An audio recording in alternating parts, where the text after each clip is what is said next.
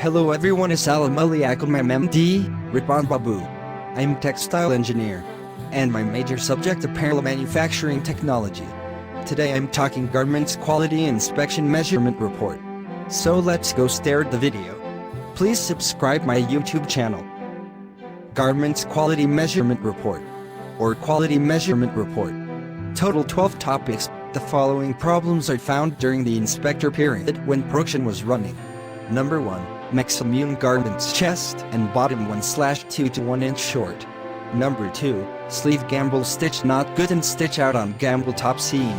Number 3. Stitch open on collar top seam. Number 4. Fabric loose on cuffs joint inside. Number 5. Side seam top not so well. Number 6. Some garment side seam uneven and puckering. Number 7. One-piece garment size mistake. Number 8. Some piece garment size mistake. Number 9. Maximum garments cuff top seam not accurate as sample. Number 10.